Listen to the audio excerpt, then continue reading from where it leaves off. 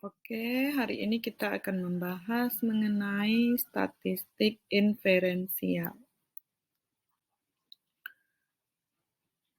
Topik utama yang akan kita bahas kali ini adalah tentang pengertian statistik inferensial, variabel, hipotesis, signifikansi, dan juga derajat kebebasan serta pengujian hipotesis.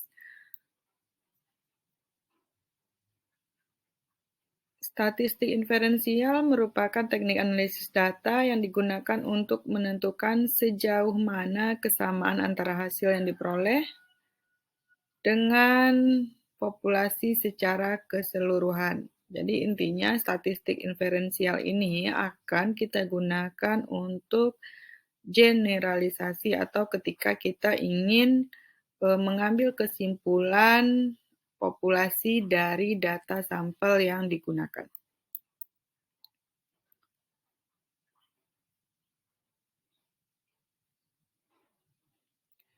Pada statistik inferensial ini ada beberapa konsep yang harus dipahami. Yang pertama, standar error, di mana semakin banyak populasi, semakin sedikit standar errornya. Artinya, semakin sedikit sampel yang kita gunakan, ada kemungkinan standar errornya akan lebih tinggi.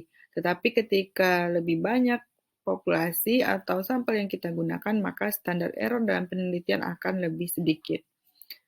Yang kedua ada pengujian hipotesis, yaitu proses pengambilan keputusan di mana peneliti mengevaluasi hasil penelitian terhadap apa yang ingin dicapai. Di mana pengujian hipotesis dalam penelitian itu yang akan diuji adalah hipotesis statistiknya atau H0-nya. Kemudian uji signifikansi itu untuk mengetahui adanya perbedaan di antara dua skor. Apakah hasil kita itu berpengaruh secara signifikan. Jenis statistik inferensial ada dua. Yang pertama ada statistik parametrik dan yang kedua ada statistik non-parametrik. Statistik parametrik merupakan teknik statistik yang didasarkan pada asumsi data yang kita gunakan itu berasal dari distribusi yang normal.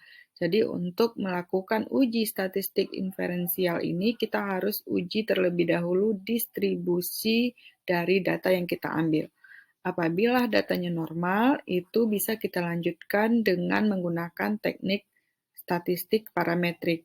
Tetapi ketika setelah dilakukan uji normalitas, ternyata data dari asal sampel yang kita gunakan ini berasal dari sebaran yang tidak normal, kita bisa lanjutkan dengan menggunakan teknik statistik non-parametrik. Kemudian juga syarat uji statistik parametrik ini yaitu data berasal dari skala yang rasio dan juga interval. Sementara ketika data penelitian kita itu merupakan skala yang menggunakan data nominal dan ordinal, maka uji statistik yang digunakan adalah statistik non-parametrik. Contoh analisis statistik parametrik dalam penelitian sangat banyak sekali, seperti adanya uji T, kemudian ada nanti uji ANAVA, dan juga ada regresi untuk menguji penelitian yang sifatnya korelatif. Nah, jadi nanti ini akan dipelajari lebih lanjut di pertemuan berikutnya.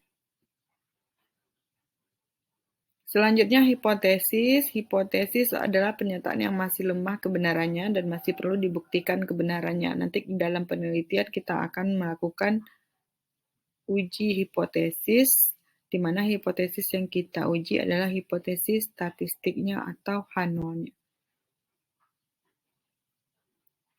Untuk uji hipotesis ini tergantung ke dalam jenis penelitian yang kita lakukan. Ada uji dua pihak atau two-side, ada uji pihak kiri, dan ada uji pihak kanan. Ini tergantung nanti bagaimana rumusan atau bunyi hipotesisnya.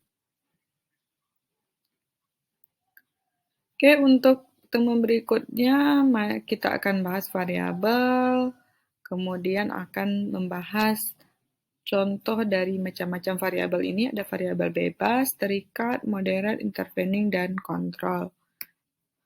Sekian untuk pertemuan hari ini. Kita lanjutkan di minggu depan.